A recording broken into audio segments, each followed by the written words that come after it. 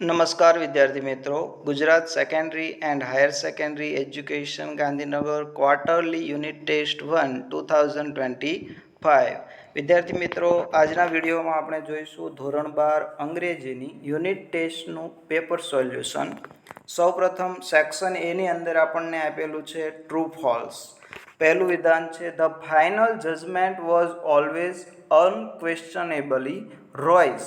તો આ પહેલા પાઠનું વાક્ય છે અને એના આધારે આપણને ખ્યાલ આવે છે કે આ વાક્ય છે એ ફોલ્સ, ખોટું છે. બીજું છે the customer is much aware about technology. ગ્રાહક છે એ ટેકનોલોજીથી વાકેફ હોવો જોઈએ. તો પાઠનું બેઠું વિધાન છે ટ્રુ આવશે. ત્યાર પછી નિયરેસ્ટ મિનિંગ સમાનાર્થી શબ્દ. ત્રીજું રીલ્સ. રીલ્સ એટલે ઝરણું. સ્ટ્રીમ STREAM સ્ટ્રીમ એટલે ઝરણું. બેરિયર. બેરિયર એટલે અવરોધ. તો એની અંદર છે ઓબ્સ્ટેકલ, છેલ્લો ઓપ્શન ઓબ્સ્ટેકલ, એનો જવાબ બનશે. ત્યાર પછી language function. In spite of my warning he jumped into river. In spite of my warning એટલે કે મારી વોર્નિંગ, ચેતવણી હોવા છતાં તે છે એ નદીમાં કૂદ્યો. તો બંને ક્રિયા વચ્ચે વિરોધાભાસ દર્શાવે છે, એટલા માટે expressing contrast. My brother used to get up early during exam time. તો યુઝડ ટુ છે હેબિચ્યુઅલ એક્શન ઇન પાસ્ટ, ભૂતકાળમાં કોઈ ક્રિયા બની છે તેવું દર્શાવે છે. ત્યાર પછી સેક્શન બી ટેક્સ્ટ બુકના પેરેગ્રાફ આપેલા છે, એના આધારે આપણને સવાલ આપેલા છે. પહેલો ફકરો વોલ્ટવાળો છે. Why was Walt a genius for the writers and animators. તો આપણે WH પ્રશ્નો શીખી ગયા છીએ, એના આધાર ઉપર આપણને ખ્યાલ છે કે ત્રીજા શબ્દથી જવાબ શરૂ થશે. Walt was a genius for the writers and animators. આટલું આપણે સવાલમાંથી લઈશું.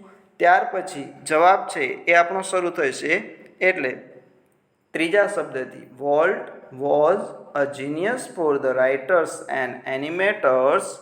વાય છે એટલે વધારાનો આપણે ઉમેરશું, because he had an extraordinary ability to add an extra stroke of imagination to any story or idea. આઠમો સવાલ છે which two adjectives were used by the writer for Walt. Volt માટે કયા બે એડજેક્ટિવ એટલે કે વિશેષણો વપરાયા છે? તો આપણે ફકરા મુજબ જોઈએ તો બે વિશેષણ છે, એક કોમ્પ્લેક્સ મેન અને બીજું છે જીનિયસ. તો આ બે વિશેષણ આપણે લખી શકીએ છીએ. તો complex and genius, two adjectives were used by the writer for Walt, અથવા તો ખાલી કોમ્પ્લેક્સ અને જીનિયસ લખી શકો છો. નવમો સવાલ છે ડઝ નાના પરસીવ નાની એઝ ડેડ.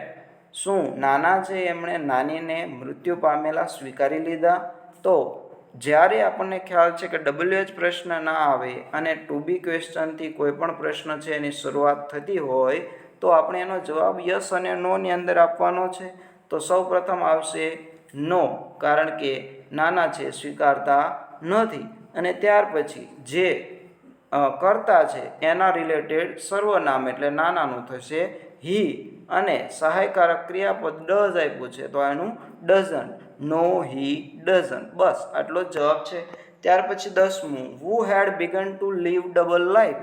તો અહીંયા આપણે WHO હુથી જ્યારે કોઈ પણ પ્રશ્નની શરૂઆત થઈ હોય ત્યારે એની જગ્યાએ કોઈ પણ વ્યક્તિવાચક નામ આવશે.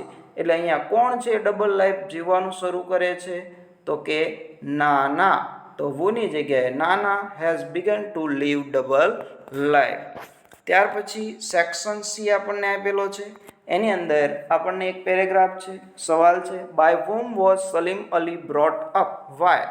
બેઠો જવાબ છે એ તમને ફકરાની અંદર આપેલો છે કે કેમ સલીમ અલી છે એનો ઉછેર કોના દ્વારા, બ્રોટ અપ એટલે કે કોના દ્વારા એનો ઉછેર થયો, અને વાય એટલે શા માટે એમને ઉછેર કરવો પડ્યો.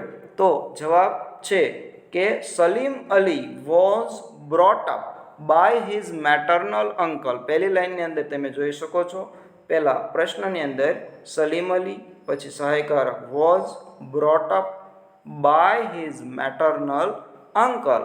વાય છે તો વધારાનું because he was orphaned, lost his parents at a very young એજ.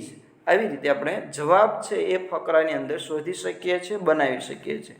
12મું છે give a one word substitute. A person who studies birds, એટલે કે જે પક્ષીઓ વિશે અભ્યાસ કરે છે એ વ્યક્તિને શું કહેવાય?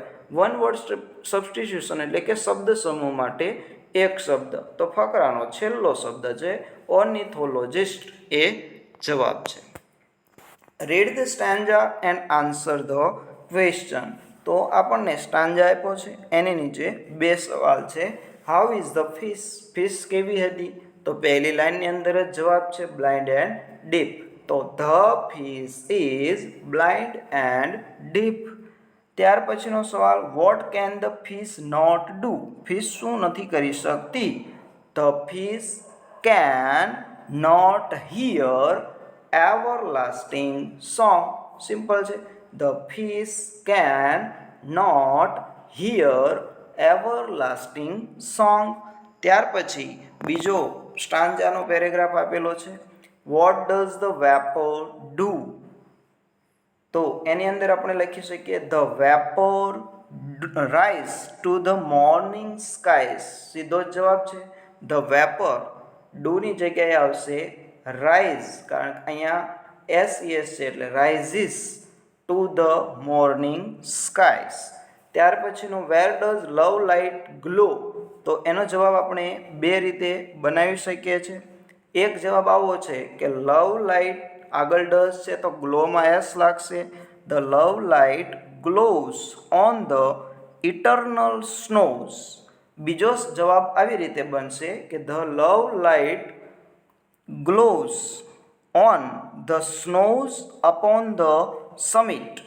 પાછળ આપણને આપ્યું છે how is it? એ તે કેવું દેખાય છે? તો it is hoary. એ જવાબ આપણને અહીંયા આપેલો છે it is hoary. તો એવી રીતે સેક્શન સી ના જવાબ આપણે સિમ્પલ રીતે બનાવી શકીએ છીએ. ત્યાર પછી સેક્શન ડી છે ડુ એઝ ડાયરેક્ટેડ, માગ્યા મુજબ જવાબ આપો. એની અંદર આપણને શરૂઆત કરીને પહેલું વાક્ય આપ્યું છે સર્વડનું થયું છે હેઝ બીન સર્વિંગ. તો અહીંયા આપણે સીધું જોઈ શકીએ છીએ કે ટેન્સ કાળ પરિવર્તન આપેલું છે.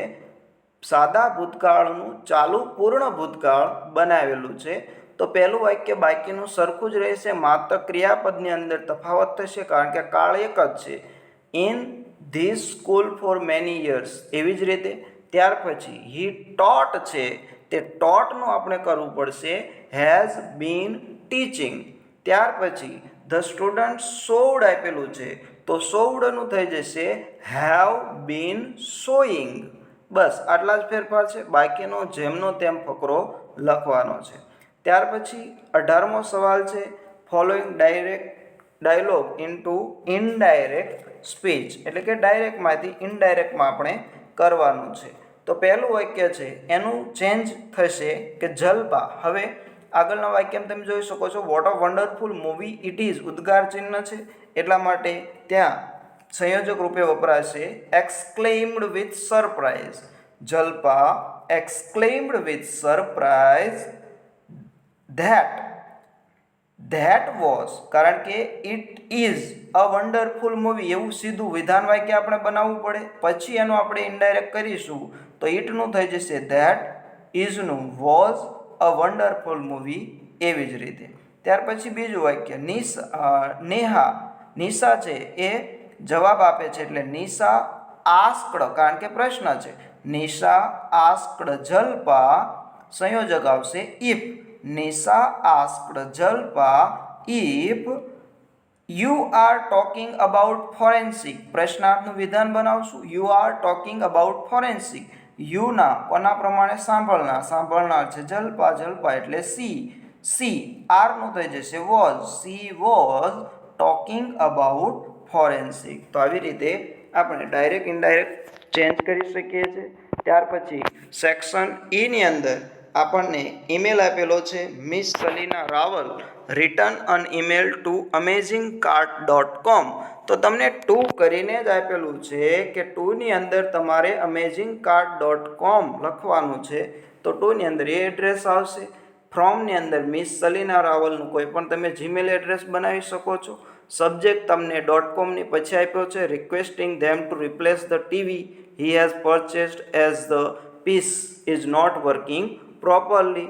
તો એ પહેલો ઈમેલ છે. ત્યાર પછી બીજો ઈમેલ તમને એનો એ જ આપેલો છે નીચે ફરીથી ઈમેલ એડ્રેસ તરીકે, તો એ છે 2માં આવશે.